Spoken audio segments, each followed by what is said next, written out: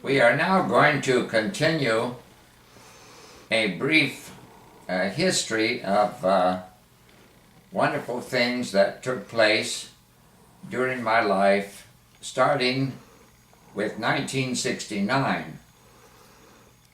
In the year 1969, we went on furlough from our mission work in India, and we all had been looking forward to this travel going through Europe and also touching the Middle East and then on to our homeland in America.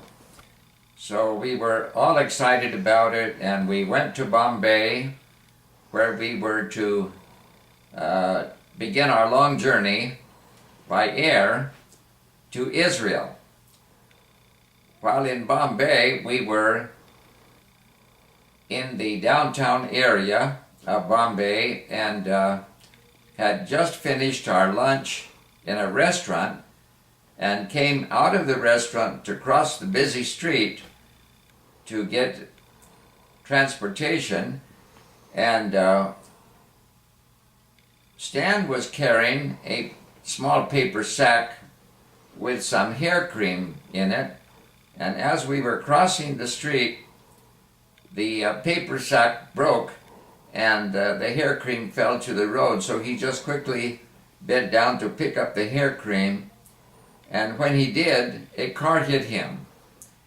And the driver, of course, was shocked and stopped, but when he stopped, a part of his front tire was on Stan's foot, so we told him quickly to back up, and he got the tire away from Stan's foot, and then we realized that Stan's leg was broken. The driver felt very, very bad about the accident and offered to take us in his car to a private hospital where we could get help. So we all got in this man's car, and he drove us then to a very nice hospital, and there they took the necessary x-rays and indeed discovered there was a break, so they put his leg in a cast. Now this all happened the night before we were to leave on the plane. It actually turned out so that the cast was hardly dry before it was necessary for us to leave for the airport and eventually board the TWA flight to Tel Aviv. When we got Stan on the plane, it was quite a hassle because he could not bend that leg that was broken. The cast went from the lower part of his leg up above the knee. So we had to carry him onto the plane, and they arranged for him a very nice place right in the front of the aircraft where he could have 3 seats and keep his leg there and get some rest on that long flight to Tel Aviv. We arrived in Israel, and then came the bus trip taking us up to the city of Jerusalem, where we were to stay in, I believe, the King David Hotel. And everything was difficult because not only did we have the luggage to look after, but we had to carry Stan, and it was a great relief when we finally arrived at our destination in Jerusalem. Now, in the meantime, we had problem with our luggage. We lost our luggage, and as a result, I only had one suit to wear during the next 2 weeks, and that was a green suit, which my illustrious children called my Christmas tree suit. And so they often made fun of me wearing my Christmas tree suit, but that was the only suit I had until we got our luggage 2 weeks later. Once we arrived at the hotel in Jerusalem, and people saw the situation we had with our son's broken leg, and that he could not walk, and of course he had no crutches, we were just amazed at the kindness people showed us. It wasn't long until one man came to us and said that there was a wheelchair in his home that was not being used, and he would be happy to bring that so that Stan could get around in a wheelchair. And we were thrilled, of course, and soon that wheelchair was there, and it was a tremendous help. We used that all the time we stayed in Israel. However, for the tours we made by foot, we had a problem in that there was no support for the leg that would lift up to hold up that broken leg that was in a cast. But we were so determined that in spite of this accident that Stan had, we all wanted to see as much as we could of Israel. So we were determined to go ahead with our plans, and as a result, we took Stan and the wheelchair down into the old city of Jerusalem and started our tour to see as much as we could of the old city. Now, here was Stan in the wheelchair, but we could not support that leg in the cast unless we held it. So Loretta and I took turns holding up his leg as someone else would push the wheelchair. And we were going down in the old city of Jerusalem, and many of the Palestinians were observing and could see the problem we had. And it wasn't long until somebody came running out from one of the shops, and they asked us to stop. They said, "We can help you with this support for that leg." So they brought a piece of plywood, and we put that under Stan so he would be sitting on part of the plywood, and as a result, we were able to support that leg with that piece of plywood, and that made things so much easier. Well, throughout our tour in Israel, everywhere we went, people showed such sympathy and such a desire to help. And we actually left Israel very, very grateful for the wonderful privilege we had of being there, and especially for all the kindness that was shown to us. From Israel, we went on our tour. Eventually, we visited Greece and Italy. We had a wonderful tour through different parts of Europe. We came to Switzerland, and it was while we were in Switzerland that we were able to buy a very nice pair of crutches. And these were stainless steel crutches, Swiss made, and they were just right for Stan. By that time, his leg was doing just a little bit better, and he was able then to learn how to get around fairly well with those crutches. They were a tremendous help. And then from Switzerland, we went to Amsterdam and enjoyed our time in Holland so very much.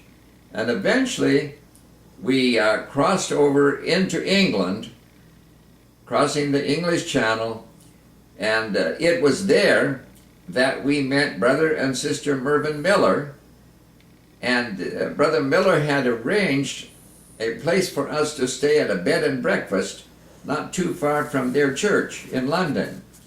So we went to this bed and breakfast, and they showed us where we were to stay. It was in an upstairs room, and the stairway to get upstairs was very narrow and rather cumbersome. And now here we had our son with a broken leg in a cast, and the only way to get him upstairs was to carry him.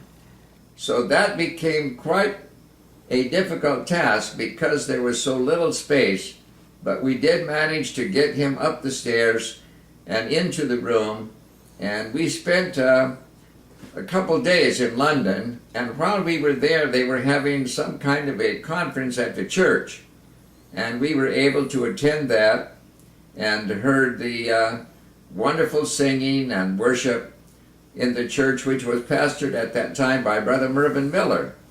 This is the church that was actually built by Spurgeon in the shape of a coffin. Spurgeon built that church in the shape of a coffin to remind people of death and eternity. But our people filled that church with praise, and it was just a glorious experience to be with the Millers and the church in London.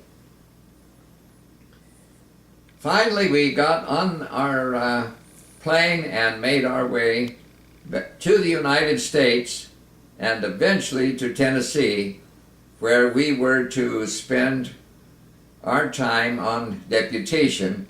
It was decided earlier that Audrine and Stan and Loretta would live in Henderson, Tennessee, where my father and mother were pastoring the church, and there they would have the opportunity of being with Grandma and Grandpa, and of course we knew the Henderson church would also do everything they could to help us. Well, Grandma and Grandpa were able to find a nice house close to the church that was available, a small house, and that's where we lived for 1 year. During that 1 year, I traveled extensively on deputation, and Audrine went with me occasionally on shorter trips, but she spent most of the time there with Stan and Loretta while they went to school.